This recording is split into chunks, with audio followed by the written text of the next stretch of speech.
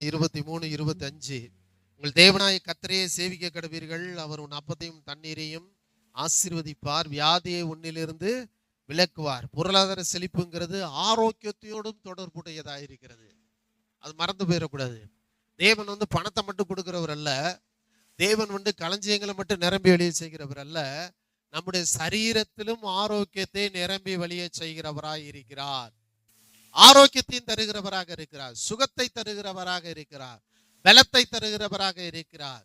நீங்கள் கையிடுகிற எல்லா வேலைகளிலும் தேவன் தம்முடைய சம்பூர்ணமான ஆசீர்வாதத்தை கட்டளையிட்டு இருக்கிறார். தேவ பிள்ளைகளே, நீங்க கையிட்டு செய்கிற வேலைகளிலே கர்த்தருடைய ஆசீர்வாதத்தை அவர் கட்டளையிட்டிருக்கிறார் என்று நீங்கள் நம்பி அதை சொல்லி அதை பெற்றுக்கொள்வேன் என்ற நன்றி விசுவாசத்தோடு அந்த காரியத்தை செய்வீர்கள் என்றால், அந்த வேலையை செய்வீர்கள் என்றால், அங்கே ஒரு மாபெரும் அற்புதங்களையும் அடையாளங்களையும் தேவன் செய்து அந்த இடத்திலே உங்கள் தலையை நிமிர செய்து உங்களை பெருக செய்திடுவார்.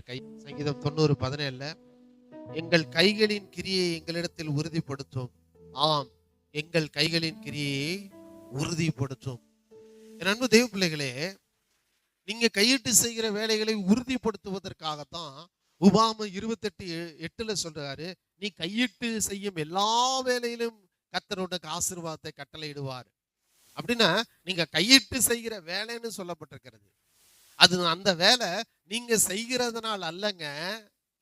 அந்த வேலை நீங்க கையிட்டு செய்கிற வேலையை கர்த்தர் ஆசீர்வதித்ததுனாலே இந்த நாட்கள்ல நீங்கள் செல்வ செழிப்புள்ள சீமானாக மாற போகிறீர்கள். அவர் சொல்லியிருக்காரு, நீ கையிட்டு செய்கிற வேலைகளில் எல்லாம், சத்தமா சொல்லுங்க, நான் கையிட்டு செய்கிற எல்லா வேலைகளிலும் கர்த்தர் ஆசீர்வாதத்தை கட்டளையிட்டுள்ளார். அப்ப நான் செய்யணும், அவருடைய ஆசீர்வாதத்தை நான் எடுக்கணும். அதான் என் வேலை. அவர்கிட்ட ஆசீர்வதியும் ஆண்டவரேன்னு கெஞ்ச தேவையில்லை. அவர் ஆசீர்வாதத்தை உபாகமம் 28:8 எப்பயோ ஆசீர்வதிச்சிட்டாரு. சங்கீதம் 1:3 எப்பயோ சொல்லிட்டாரு. நண்பு தேவனுடைய நீ கையிட்டு செய்வதெல்லாம் வாய்க்குன்ட்டாரு.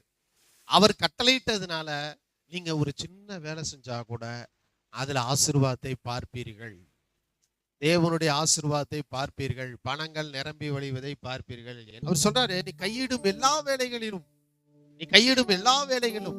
அப்படின்னா நீ கட்டட வேலை செய்கிறவங்களா இருந்தாலும் சரி, விவசாய வேலை செய்கிறவர்களா இருந்தாலும் சரி, கட்டட வேலை கூலி வேலை செய்கிறவங்களா இருந்தாலும் சரி, விவசாய வேலை செய்கிறவங்களா இருந்தாலும் சரி, ஏசாயா 65:22 சொல்லுகிறாரு, அவர்கள் கட்டுகிறது வேறொருவர் குடியிருக்க போவதில்லை, அவர்கள் நடுவது வேறொருவர் புசிக்க போவதில்லை, தங்கள் கைகளின் கிரியைகளை நெடுங்காலம் அனுபவிப்பார்கள் என்று சொல்லப்பட்டிருக்கிறது.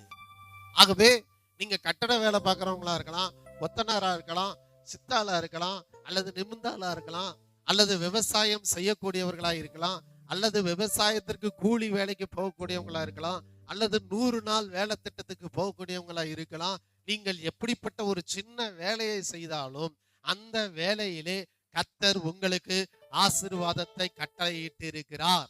ஆகவே நீங்கள் செய்கிற அந்த வேலையிலே கர்த்தருடைய ஆசீர்வாதம் இருப்பதனாலே உங்க களஞ்சியங்கள் பூரணமாய் நிரம்பி வழிய போகிறது. சொல்லுங்க, கையை உயர்த்தி சொல்லுங்க பார்க்கலாம்.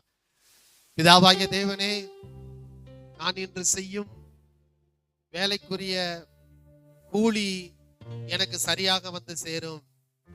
என் கைகள் களைப்படையாது. என் உழைப்பின் பலனை பிசாசு திருட முடியாது. நீர் என் உழைப்பையும் என் பிரயாசத்தையும் ஆசீர்வதித்து கட்டளையிட்டிருக்கிறீர். உம்முடைய கட்டளையின்படியே என் கைகளின் பிரயாசங்களுக்கும் உழைப்பிற்கும் மிகுதியான பலன் என் பேங்க் அக்கவுண்ட்ல பணம் பெறுகிறது.